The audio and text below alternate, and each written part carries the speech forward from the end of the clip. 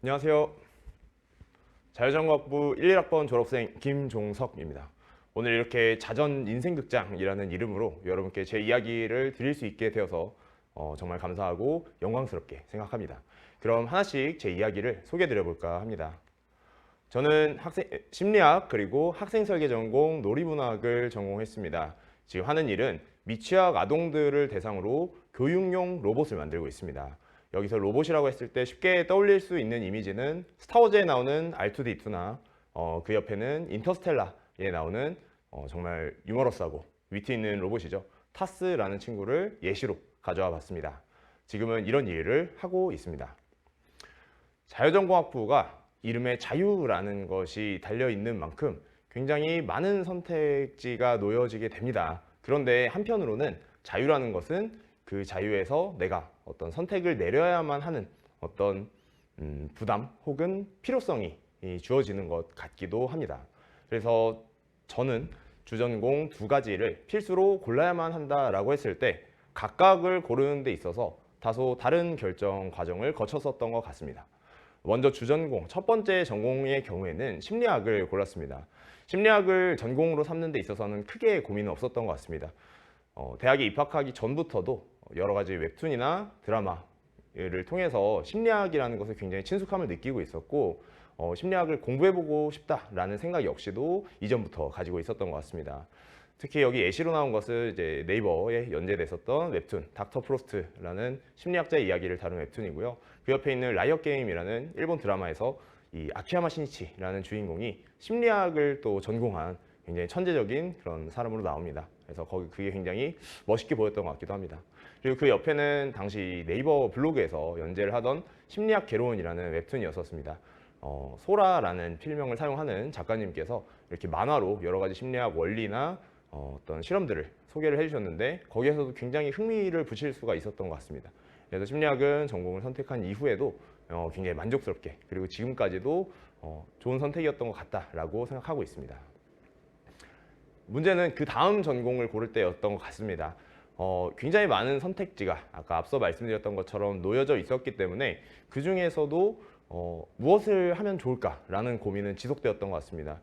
특히 첫 번째 전공을 굉장히 과감하게 그리고 별 고민 없이 골랐기 때문에 반대로 두 번째 전공은 더 고민이 깊어졌던 것 같기도 합니다.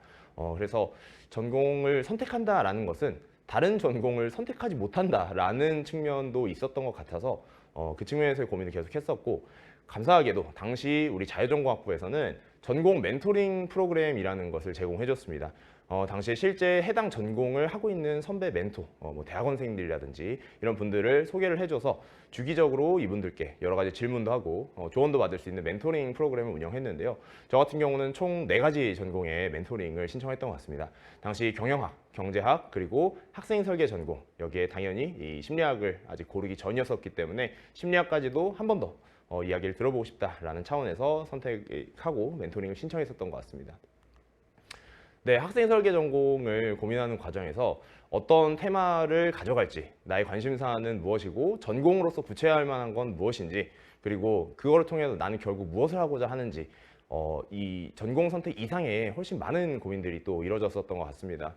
당시에도 그랬고 지금은 사실 너무나 보편적인 사실처럼 된 사실 같습니다만 교수님들께서 특히 우리 학부 교수님들께서 많이 이야기해 주셨던 것이 전공이 당신들의 진로를 결정짓지 않는다라는 이야기를 정말 많이 해주셨던 것 같습니다. 요즘은 많은 분들이 그렇다라고 생각을 하고 계실 것 같은데요. 저 역시도 그런 차원에서는 이 전공이 나의 어떤 진로를 결정지을 것이다 라는 측면보다도 내가 정말 의미 있게 그리고 재미있게 임할 수 있는 전공을 만들어보자 라고 고민을 많이 했던 것 같습니다. 그 과정에서 이 테마로 잡을 수 있었던 것이 바로 이 놀이라는 테마였었습니다. 많이 참고했던 것은 이 네덜란드의 역사학자이자 언어학자인 하위징하의 호모 루덴스, 그리고 김정훈 문화심리학자의 노는 만큼 성공한다 라는 이 책들을 좀 보게 되었었는데요. 사실 놀다라는 말, 논다라는 말을 우리나라에서 사용할 때는 상당 부분 부정적인 의미로 사용되는 경우가 있습니다.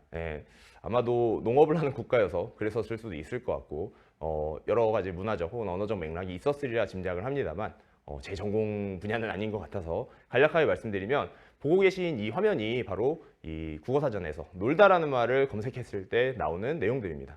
이 중에 제가 하이라이트를 친 거는 얼핏 봤을 때 좀 부정적인 의미로 사용된 내용들을 꼽아봤습니다. 전체 14가지나 되는 의미 중에서 8가지, 과반 이상이 부정적인 의미로 사용되는 것을 봤을 때 우리나라에서는 논다라는 그 가치 혹은 개념에 대해서 굉장히 터부시하고 있는 것이 아닌가라는 생각을 당시에도 그리고 지금도 해본 적이 있는 것 같습니다.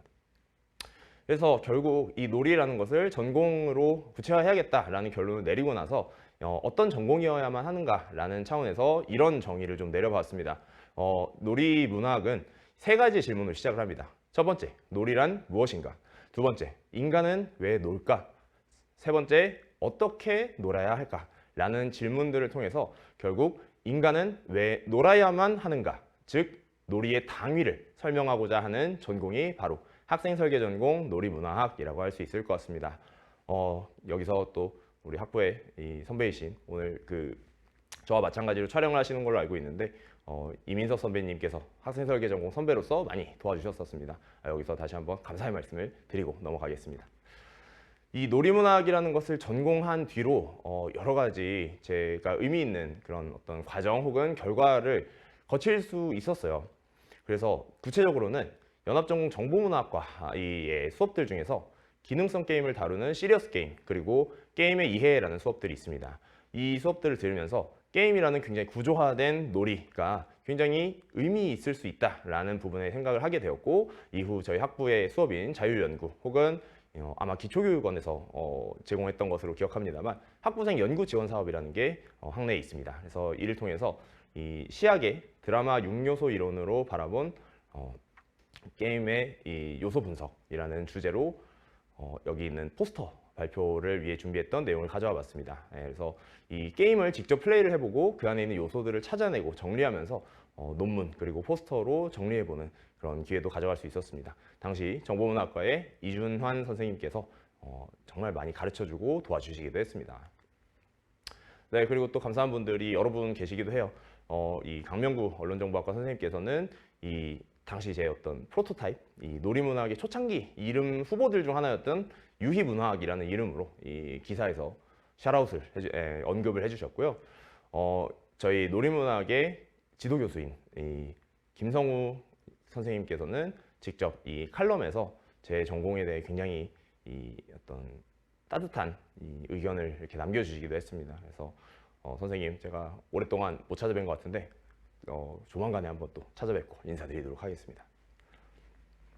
네, 결국 이렇게 직접 게임을 탐구하고 그리고 만들어보는 과정들을 겪게 되면서 게임으로 할 수 있는 것 혹은 게임과 연관된 무언가를 해보고 싶다라는 생각을 키워갔던 것 같습니다. 여기서 제일 중요한 과정은 내가 직접 해보면 어떨까라는 차원의 동기부여였었던 것 같아요. 이 과정에서 어쩌면 자연스럽게 어쩌면 우연찮게 스타트업이라는 분야에 관심을 가지게 되었던 것 같습니다. 이를 통해서 이후에도 계속 이 창업으로의 도전을 이어갈 수가 있었습니다. 여기서 또 감사한 분의 인사를 드리겠습니다. 우리 페이지콜의 이 자율전공학부 선배이신 최필주 선배님. 당시 제가 이 창업에 대해서 하나도 모르고 관심만 있다라고 무작정 찾아뵈었었을 때 이 창업 초창기 이 시점에 있었음에도 불구하고 사무실에 정말 자리까지 제공해주면서 여러 가지 많이 알려주신 덕분에 배울 수가 있었습니다. 우리 페이지콜에서 광야일지라는 이 또 좋은 내용의 글을 연재하고 계시고 있으니까요. 많이들 사랑해 주시면 감사하겠습니다. 그 밖에도 여러 가지 시도들을 거쳤습니다. 웹 에이전시도 운영해보고 인디게임도 직접 만들어보기도 하고 계속 이 여러 시도를 거치다가 조직에 속해서 일해보기도 하고요. 특히 뭐 여기 엔트로피 패러독스나 루아 콘텐츠 그룹 같은 경우에는 제가 정말 많이 신세진 정말 감사한 기업들이기도 합니다. 그래서 이런 여러 가지 과정들을 거쳐가면서 학부 때 관심이 있었던 것들 혹은 배웠던 것들 그리고 사업을 시도하거나 나름대로 탐구해보면서 겪었던 것들을 하나씩 모아가면서 마침내 지금은 미취학 아동들을 대상으로 하는 가정용, 교육용 로봇을 만들고 있습니다. 이 로봇은 간단하게 말씀드리면 함께 소통하고 교감을 할 수 있는 친구를 아이들에게 주고자 만들어 가고 있습니다. 이 로봇은 기본적으로 아이들과 직접 이야기를 나누면서 놀이를 할 수 있고요. 교육이라는 부분에서도 그 놀이가 정말 교육적인 효과를 발휘할 수 있는 형태로 만들어 가고 있습니다. 궁극적으로는 보육이라는 형태까지도 커버할 수 있는 로봇을 만들어서 부모님들이 아이들을 로봇과 가만히 이렇게 놔뒀을 때 정말 그 다른 일을 하거나 잠시 관심을 다른 데 두더라도 걱정을 하지 않을 수 있는 그런 친구를 만들어주자라는 목표로 저희 팀원들과 함께 만들어가고 있습니다. 특히 이때도 굉장히 도움이 되었었던 거는 그 학생설계전공 놀이문학의 전공 수업 중에서 아동가족학과의 놀이지도라는 수업이 있습니다. 이 수업은 굉장히 재밌는 것이 중간에 과제로 놀이 관찰 실습을 서울대학교에 있는 느티나무 어린이집에 나가게 됩니다. 그래서 가서 아이들이 이제 수업이 시작되기 전에 자유놀이 시간에 모여서 정말 창의적이고 정말 다양하게 놀이하는 모습들을 그 옆에 망부석처럼 가만히 저한테 말을 걸어도 신경을 하나도 안 쓰는 척을 하면서 기록하고 그리고 나중에는 정리했던 정말 즐거운 경험이 있습니다. 그래서 그때 당시의 경험을 떠올려 가면서 지금도 많은 도움을 받으면서 이와 같은 비즈니스를 해가고 있습니다. 이번 발표 내용에 후배들께 들려드리고 싶은 이야기가 있으면 담아달라라는 내용을 봤었습니다. 저 역시도 앞서 말씀드린 여러 선배들 혹은 주변에 고마우신 분들께 많은 조언과 도움을 받을 수 있었던 덕분에 어찌 보면 정말 원래 헤매고 원래 삽질을 해야 됐던 것보다도 훨씬 덜 고생하면서 지금까지 올 수 있었던 것 같아요. 그래서 학부에서 이렇게 불러주시는 자리에도 기꺼이 저 역시도 도와드리고자 자주 찾아뵙는 것 같습니다. 결국 우리들이 살아가는 데 있어서 수많은 물음표들을 마주하게 되는 것 같습니다. 그리고 이 물음표가 결국에 어떤 발견 혹은 통찰 그리고 어떤 나만의 경험으로 이어지기 위해서는 이런 말씀을 드리고 싶습니다. 두드려야만 열리고 구해야만 얻어진다라는 것입니다. 결국 저는 이것을 구체화된 방법으로서 저는 이런 방법을 사용했습니다. 네, 다양한 독서 그리고 다양한 사람들을 만나고 이야기를 들어보고 물어보는 것이었었습니다. 그 과정에서 제가 어떤 것에 관심이 있고 그리고 어떤 것을 잘하고 궁극적으로 어떤 목표와 어떤 꿈을 가지고 살아갈 수 있는지가 자연스럽게 어떤 조우하게 되는 그런 전개가 되는 것 같습니다. 마지막으로 이런 이야기를 드리면서 마치겠습니다. 앞서 말씀드린 것처럼 저희들은 정말 수많은 선택들을 해야 합니다. 가장 우선하는 것은 우리 학부 많은 분들이 고민하시는 것처럼 전공을 고르는 것부터 시작해서 이후에 여러 진로나 내가 속할 조직이나 함께할 사람들 여러 선택들을 거치게 될 텐데요. 저는 이렇게 했었던 것 같습니다. 재미 그리고 의미라는 차원에서 그 선택을 따져보는 것입니다. 이 둘이 상충한다면 저는 개인적으로 재미라는 것을 우선하는 사람인 것 같습니다.